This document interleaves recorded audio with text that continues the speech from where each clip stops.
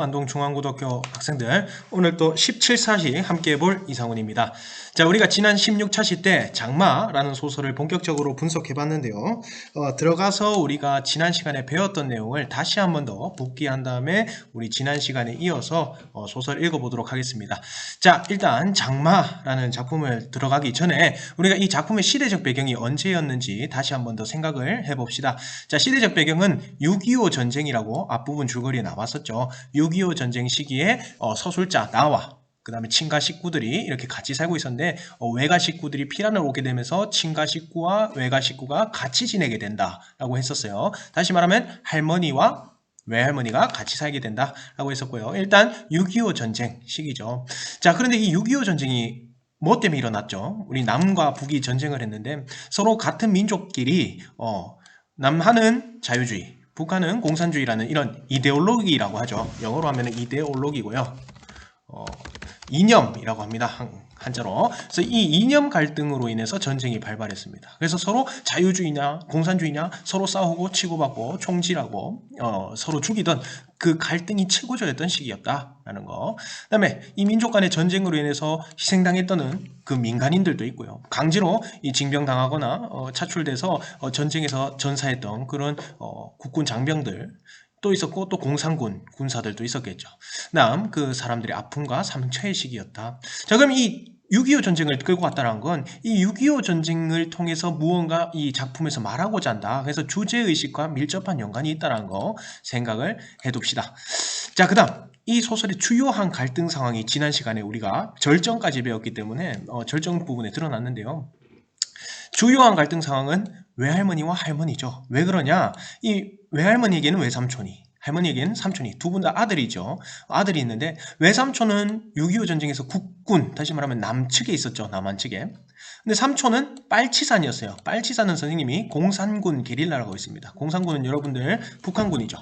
그래서 이 북한군이고 외삼촌은 남한군이란 소리예요. 그러니까 서로 아들이 서로 적대하는 관계니까 뭔가 갈등이 발할 것 같습니다. 그렇죠? 처음에는 아무런 문제 없이 살았는데 어떤 사건들로 인해서 갈등이 일어나죠. 그래서 외할머니와 할머니의 갈등이 주요 갈등입니다. 외적 갈등이죠. 한 개인의 내면에서 일어난 게 아니고 인물 간의 갈등이니까. 자, 그런데 중요한 건 갈등이 어떻게 해소되는가를 잘 봐야 돼요. 왜? 이 해소 방법이 바로 작가가 말하고자 하는 주제의식과 연관이 되어 있거든요. 자, 그러면 주요 사건을 한번 봅시다. 자, 일단 나가요.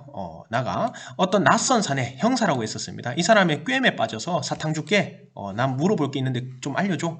그런데 너 삼촌 어딨니? 라고 물어본 거예요. 근데 삼촌이 얼마 전에 빨치산이라고 했었잖아요. 집에 몰래 찾아왔었거든요. 그래서 그거를 사실대로 말해버립니다. 그래서 집에 몰랐던 삼촌 빨치산에 대해서 말해버린 거죠. 그래서 이 빨치산 삼촌의 엄마인 할머니의 미움을 사게 됩니다. 누가?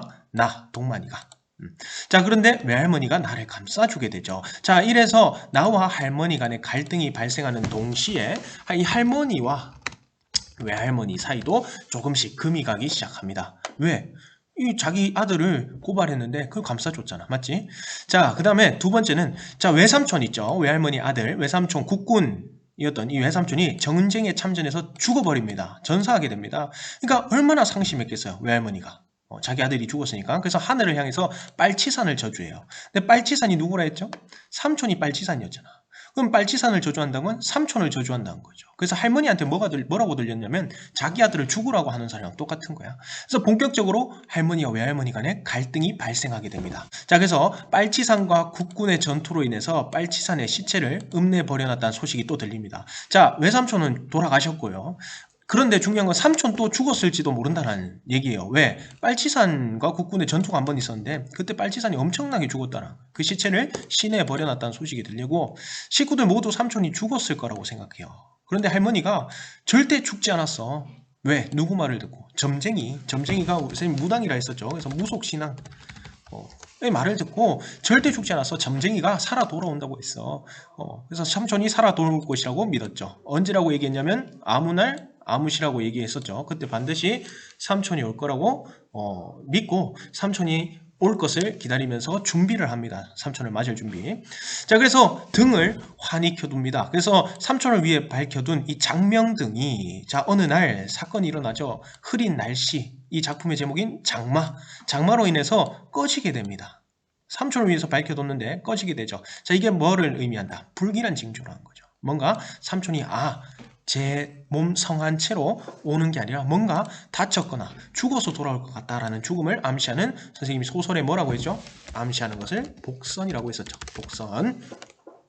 자, 그 다음에 중요한 거는 삼촌이 돌아올 시간이 지났어요. 진시였는데, 진시는 새벽녘, 아침이거든요. 엄청 이른 새벽. 그때 오기로 했는데 안 온 거야. 근데 할머니가 뭐라고 생각했어? 야, 시간은 중요하지 않다. 날이 중요한 거지 하면서 자기 합리화 했었잖아. 자, 그런데 시간이 지나서 삼촌이 아니라 뭐가 들어오게 됩니까? 구렁이가 집안에 들어오게 되죠. 구렁이는 여러분들 큰 뱀이라고 했습니다. 자, 근데 구렁이가 무속신앙에서 뭐를 의미한다 그랬어요? 한이 많은 사람이 죽게 되면 구렁이로 환생한다, 이런 얘기가 있다 했죠. 그래서 그 구렁이가 들어왔다는 건 뭐를 의미하는 걸까요? 삼촌이 죽었다라는 걸 의미하겠죠. 그래서 이걸 보게 된 할머니는 기절해버립니다. 왜? 삼촌이 죽었다고 생각할 수밖에 없잖아. 왜? 할머니는 무속신앙을 믿었으니까. 자, 그 다음에 다른 아이들이 이 구렁이를 막 때려잡으려고 해요. 왜? 짐승이니까. 거기다가 또 위험한 동물이죠. 그러니까 잡으려는 이 아이들과 함께 이 어린아이인 동만이도 마찬가지로 자기도 어린아이니까 어쩔 수 없이 이 구렁이를 잡으려고 해요. 근데 그걸 외할머니가 막아서게 됩니다. 자, 이 외할머니도 마찬가지로 구렁이가 죽은 삼촌의 환생임을 알고 있어요. 그런데 이때 동안 할머니와 외할머니의 관계를 봤더라면 구렁이가 오든 말든 맞지? 신경도 안 썼을 것 같은데 구렁이를 보호하려고 합니다. 그건 왜 그럴까요? 죽은 삼촌이 돌아왔는데 위로해줘야겠구나, 잘해줘야겠구나 라고 생각을 했겠죠. 그래서 이 구렁이를 기절한 할머니를 대신해서 잘 위로해준다고 우리 지난 줄거리에 봤는데, 어쨌든 이 구렁이가 오게 됨으로써 외할머니와 할머니의 갈등이 뭔가 해소될 것이다 라는 것을 암시하는 거죠. 자, 그래서 이 구렁이가 중요한 소재입니다. 자, 일단 구렁이는 죽은 삼촌의 환생입니다. 무속신앙에서 한이 많은 사람이 죽으면 구렁이로 환생한다고 했죠. 그러면 삼촌이 죽었구나 라는 걸 알게 되었고, 자, 이 구렁이를 보고 자기 자식이 죽은 걸 알았으니까 기절하고, 자기 자식이 아니지만 어쨌든 자기 사돈의 아들이니까 이 구렁이를 보고 침착하게 대응을 하는 외할머니 모습. 자, 근데 이 구렁이가 삼촌만 의미하는 것이 아닙니다. 작게 보면은 가족 안에서의 어떤 비극이지만 크게 본다면 이 6.25 전쟁으로 인해서 상처 입은 우리 민족을 의미한다고 볼 수 있겠습니다. 자, 그래서 이 구렁이 역할은 사건의 전환점이 됩니다. 갈등이 최고조에 올랐던 그 할머니와 외할머니의 갈등이 조금씩 풀려나갈 것이라는 전환점이 되고요. 외할머니, 할머니의 갈등이 해소될 것을 암시하고 갈등 해결의 실마리가 된다라는 거. 자, 그리고 여기서 중요한 거, 이 나라는 서술자가 나왔었죠. 나라는 동만이라는 이야기를 전달하는 서술자가 했었습니다. 그리고 이 나는 1인칭 시점이라고 했었습니다. 나가 나오면 무조건 1인칭이죠. 자, 그런데 이 주인공이 누군 것 같아요? 이 주요 갈등을 이루는 사람이 누구야? 외할머니와 할머니죠. 사건도 대부분 다 외할머니와 할머니의 사건들이 이루어집니다. 그래서 이 나는요, 주인공이 아니라 외할머니와 할머니의 모습을 관찰하고 전달하는 관찰자라는 겁니다. 주인공이 아니라는 거죠. 그래서 이 시점은 1인칭 관찰자 시점이라고 볼 수 있습니다. 자, 그런데 시점이요, 어린아이인 동만의 시점만 나오는 것이 아니라 이중적 시점으로 나온다는 거죠. 그래서 어린아이인 나의 시점도 나오고, 어른이 된, 그러니까 나중에 시간이 흘러서 어른이 된 나의 과거를 회상하는 시점도 나옵니다. 요거 잘 체크해야 됩니다. 그래서 어린아이의 시점으로 어른들의 모습을 그냥 사실대로 객관적으로 전달하는 역할을 하죠. 그런데 어린아이는 아무래도 어른들의 이런 교묘한 심리라든가 깊은 생각을 파악하기가 힘들겠죠. 그래서 이 어른이 된 나가 과거를 회상하는 이야기가 나오면서 어린아이가 알지 못하는 어른들의 심리와 생각도 같이 전달해 준다는 거예요. 그래서 또 어렸을 때 자신의 모습, 예를 들어서 구렁이를 잡으러 나가거든, 이런 말을 했었죠.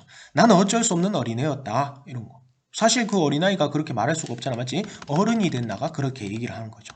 그래서 어렸을 적 자신의 모습을 회상 형식으로 전달해서 이 어린 서술자, 이 어린아이인 나의 시점으로만 본 그 이야기를 조금 더 보완해준다, 보충 설명해준다 라고 볼 수 있습니다. 이중적 시점 기억을 합시다. 자, 그러면 우리 지난 시간에 했던 이 부분부터 계속 이어나가 보겠습니다. 자, 지난 시간에 어디까지 했냐면 구렁이가 등장했고요, 할머니는 졸도했고 외할머니는 그 구렁이를 때려잡으려는 나를 막아섭니다. 자, 계속 읽어보도록 하겠습니다. 교과서 페이지 71쪽입니다. 자, 난데없는 구렁이의 출현으로 말미암아 우리 집은 삽시에 엉망진창이 되어버렸다. 당연하죠. 다 놀라버린 거예요. 무엇보다 제일 큰 걱정이 할머니 졸도였다. 모두 다 할머니가 깨어나기를 빌었다. 자, 여기 보면요. 아이들이 구렁이를 해치고 있고요. 구렁이는 상처를 입었어요. 이 아이들에 의해서. 그래서 우리 상처 입은 우리 민족의 모습을 상징한다고 했었고, 여기 나, 동만이가 보이죠? 방망이로 잡으려고 하는데 외할머니가 이걸 막습니다. 구렁이를 보호하려고 하는 거겠죠. 자, 사람들은 계속 모여들었죠. 제멋대로 떼붕쳐서 떠들어대는 성능 때문에 혼란은 더욱 가중스럽답니다. 자, 매우 혼란스러운 상황이에요. 구렁이 때문에. 자, 그런데 이 상황 속에서도 끝까지 냉정을 잃지 않는 사람은 외오라지, 오직이죠. 외할머니 혼자뿐이었다. 이 외할머니는 침착했다라는 거예요. 자, 놀라울리만큼 이 외할머니는 침착한 태도로 하나하나씩 혼란을 수습했습니다. 제일 먼저 이 사람들을 몰아냈어요. 모여있는 사람들. 어이, 돌아가세요. 뭐 구경 났어! 이러면서 쫓아내는 거죠. 자, 그 사이에 이 구렁이는 어디로 올라가냐면 쭉 이 밭을 지나가지고 텃밭이랑을 지나 어느새 감나무 위에 올라가서 다리를 틀고 이렇게 낼름낼름 혓바닥을 낼름거리고 있는 거예요. 이 구렁이가. 자, 그런데 중요한 건 이 구렁이의 모습을 한번 볼까요? 무언가 대알지게 엄청나게 얻어맞아서 꼬리 부분이 거지 반 동강 날 정도로 상해서 몸뚱이의 움직임과 꼬리가 따로 놀고 있었다. 다시 말하면 정상적인 구렁이의 모습이 아니라 상처 입은 구렁이의 모습이라는 거죠.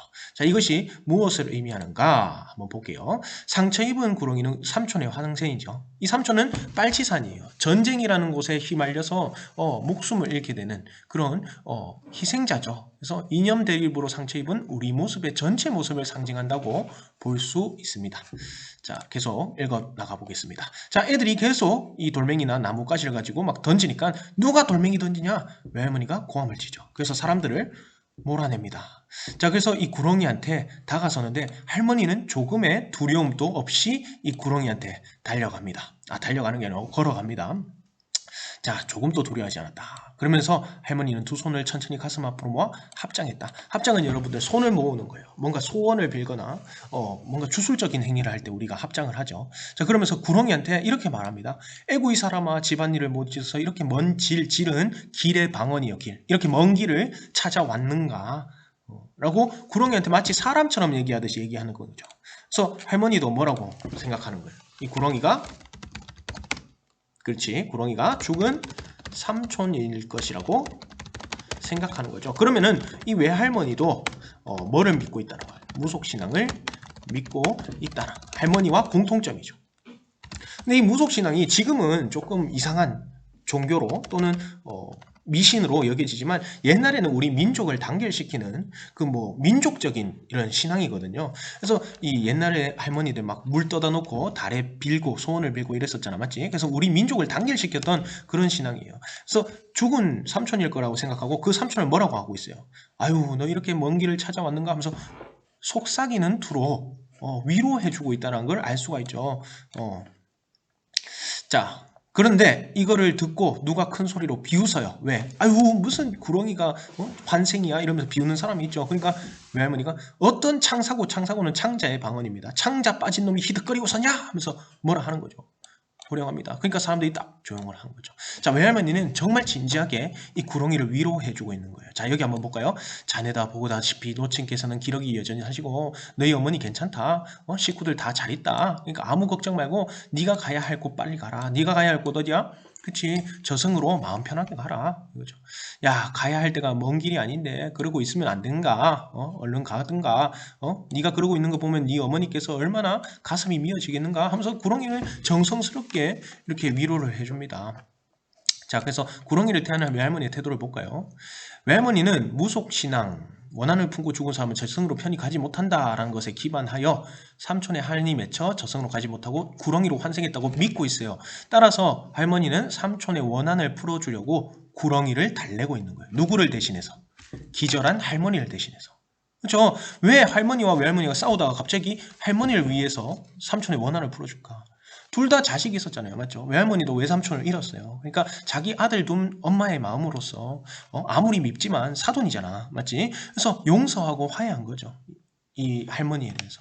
그래서 삼촌의 한은 풀어주려고 이렇게 정성스럽게 달래주고 있습니다. 이때 삼촌의 한은 그냥 삼촌만의 한이 아니라 우리 이 전쟁에서의 상처 입은 우리 민족의 한으로 확대할 수 있다. 그러기서 쌤이 아까 말했잖아요. 구렁이는 우리 민족을 상징한다 라고 얘기를 했었죠. 자, 그러면서 산 사람을 대하듯 위로 올려보며 조용히 말을 건네고 있었다. 자, 그런데 구렁이는 움직이지 않아요. 자, 그런데 어떤 아낙네가 아줌마가 뱀을 쫓는 묘방을 알려줍니다. 자, 모습은 안 보이고 목소리만 들리는 그 여자는 머리카락을 태워서 냄새를 피우면 된다고 소리쳤다. 자, 이것도 무속신앙이에요. 머리카락 태운다고 진짜 뱀이 사라진 게 아니고 뭔가 머리카락을 태워 냄새를 피우면 뱀이 사라진다라는 무속신앙, 미신이 있는데요. 이때 머리카락을 들고 오는데 아무 머리카락을 쓰는 게 아닙니다. 외할머니의 지시에 따라 나는 누구의 머리카락? 할머니의 머리카락을 얻으러 방 안에 달려가죠. 이때 할머니의 머리카락을 태우는 이유가 뭘까요? 그치, 네 엄마의 냄새를 맡으면서 가거라, 네 엄마의 모성애를 느껴라, 이거겠죠. 그래서 할머니는 지금 어떤 상태야? 기절한 상태죠. 그래서 그 지키고 있는 가족들한테 나는 다급한 소리로 용건을 말했어요. 뭐라고 했겠어? 할머니 머리카락이 필요하다 하니까 사람들이 무슨 엉뚱한 소리야 라고 생각을 했겠죠. 그래서 왜 이런 데 필요한지 내가 이해가도록 설명하는데 꽤 시간이 걸렸고, 고모가 빗질을 해서 한 주먹에 이 머리카락을 줍니다. 자, 그런데 그 전에 그때까지 외할머니 뭐 하고 있었냐면, 도래소바는 여러분들 밥상입니다. 밥상 위에다가 몇 가지 음식을 차립니다. 호박전, 고사리나물, 이거 언제 차린 거예요? 삼촌이 오기만을 기다리면서 할머니가 준비해 둔 것들이었죠. 이런 것들을 차려놓고 또 냉수도 차립니다. 이거 다 뭐예요? 삼촌에 대한 뭔가 위로와 그렇지 정성이라고 볼 수 있겠죠. 그래서 내가 건네주는 머리카락을 보고 이렇게 얘기를 합니다. 자네 오면 주려고 노친께서 네 엄마가 여러 날 들여 장면한 거다. 이거 눈욕이라도 하고 가라. 다 노친 정성 아닌가? 난 자네 쫓으려고 이런 거 아니네. 그것만은 자네도 알아야 되네. 네 엄마가 마음 편하려면 네가 저승으로 가서 마음 편하게 가야 된다라고 하는 거죠. 자, 그래서 먼 걸음 부대 편안히 가소 하면서 달래줍니다. 그렇죠?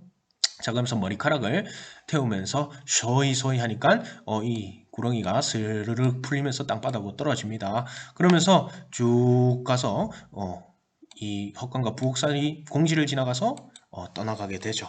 자, 그러면은 한번 봅시다. 일단 외할머니의 역할과 그 의미부터 한번 볼게요. 외할머니 누구의 역할을 대신했어요? 할머니가 해야 할 일을 대신해서 해주고 있죠. 결국에는 이 할머니와 외할머니의 갈등이 어떻게 됐다? 해소됐다라는 걸 알 수가 있겠죠. 아까 그 이유는 얘기해 줬습니다. 외할머니가 왜 그랬는지. 자, 그 다음 할머니의 머리카락은 무슨 의미인가? 자, 할머니의 머리카락이 타는 냄새를 풍기자 구렁이가 움직이면서 대밭으로 사라져요.